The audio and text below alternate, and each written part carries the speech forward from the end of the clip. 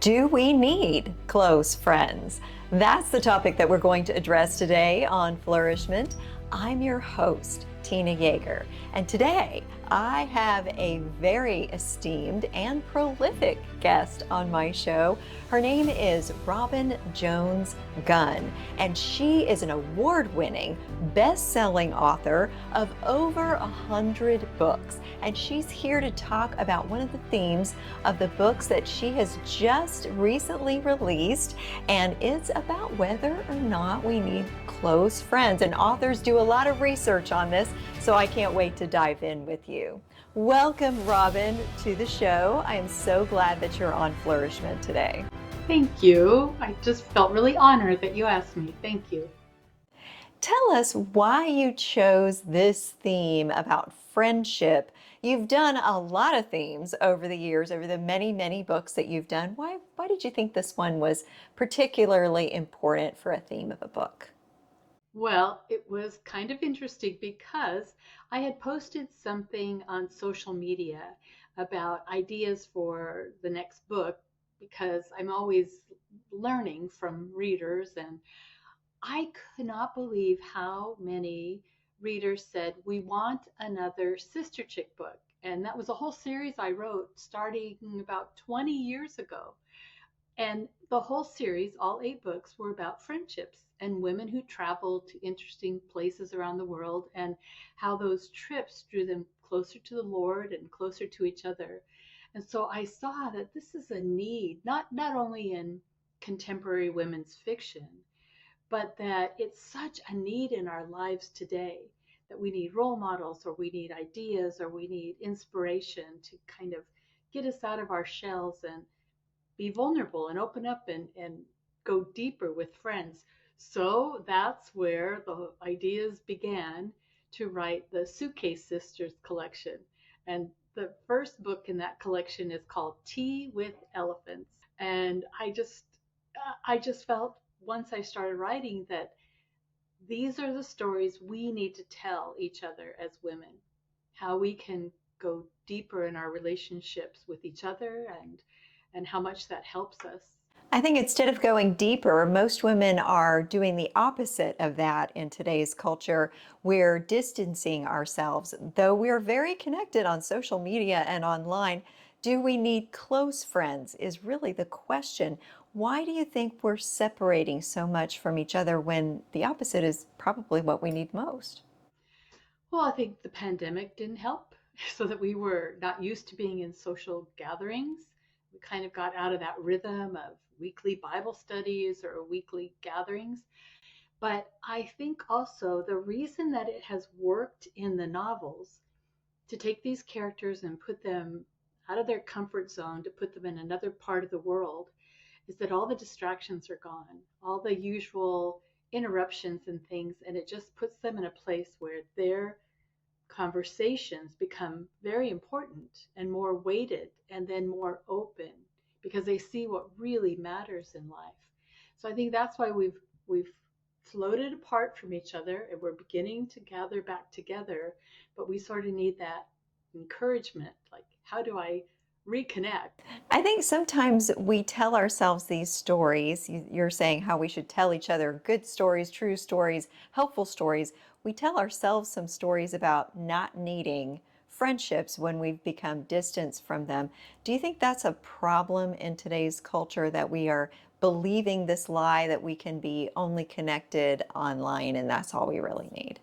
Absolutely. Absolutely, because we have everything we need. We don't even need to go to the grocery store and bump into a neighbor anymore. We can have the groceries brought to our front door. We don't need to have face to face, or let's pause all the normal routine and go meet for coffee, because we can just do it with a quick chat or with an audio text and just update each other.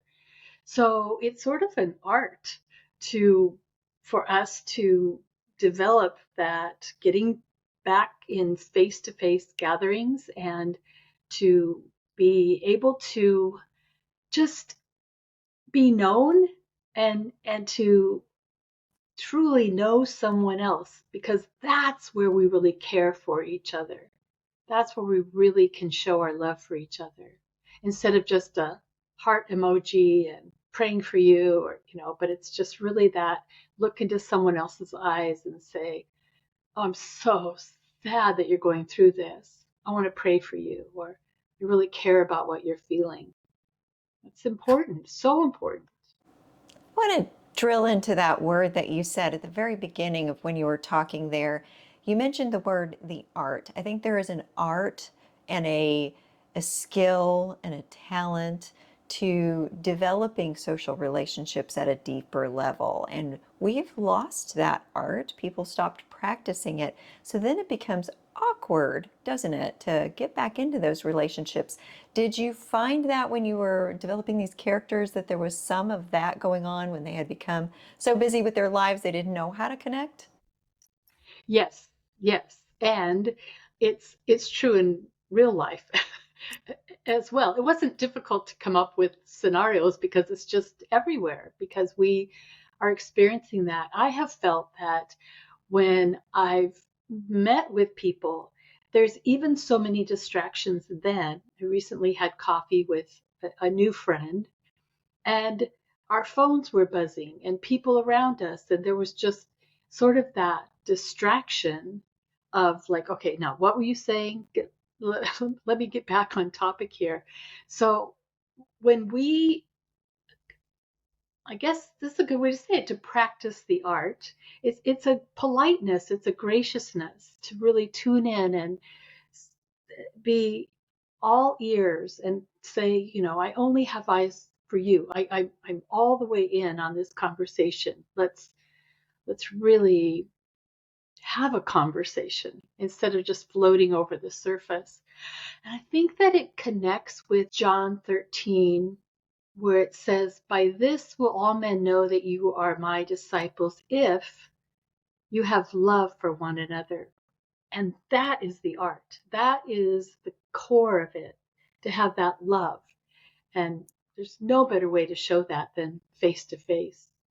And you're right. Love is not something that we do on the surface. It's not something that we do in those ordinary, how are you, I'm fine kind of conversations. We need to learn to delve deeper and connect with what's beneath what's going on the surface. What would be some ways that women can start doing that in their communities and in their relationships that are right now a little bit too surface? Well, by setting a time and then being intentional during that time. Maybe you're going to meet at a restaurant and it's just two of you or three or four of you.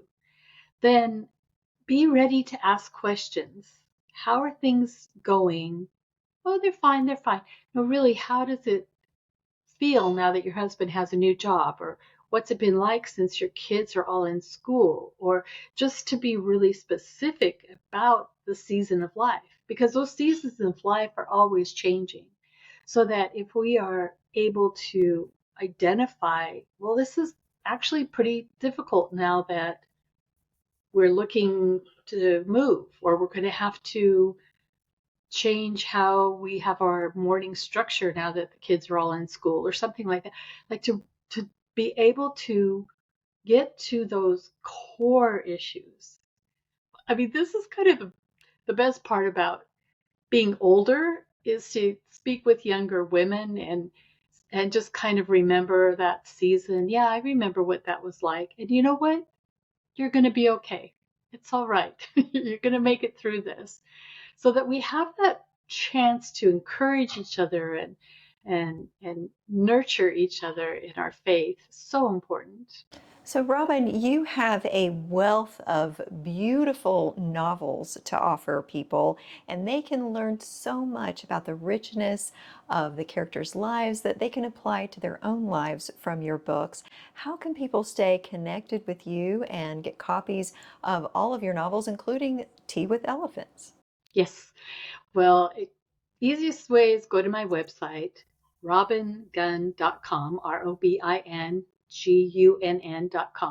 And then there are links there to social media and, other information.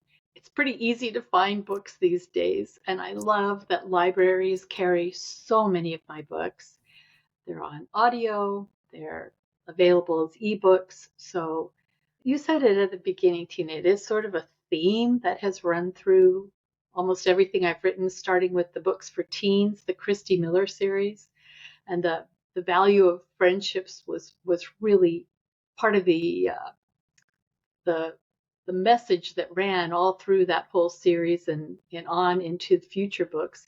And I keep writing stories that kind of circle back around that theme. So I think if listeners picked up any one of my books, they would find that to be a common thread. I hope that all of you listening were inspired and encouraged to deepen and strengthen your relationships with others and create those meaningful friendships that'll grow you, that'll help you to become, as Robin said, who God really intended for you to become as a person, as a believer. And of course, I also hope that you come back for the next episode of Flourishment.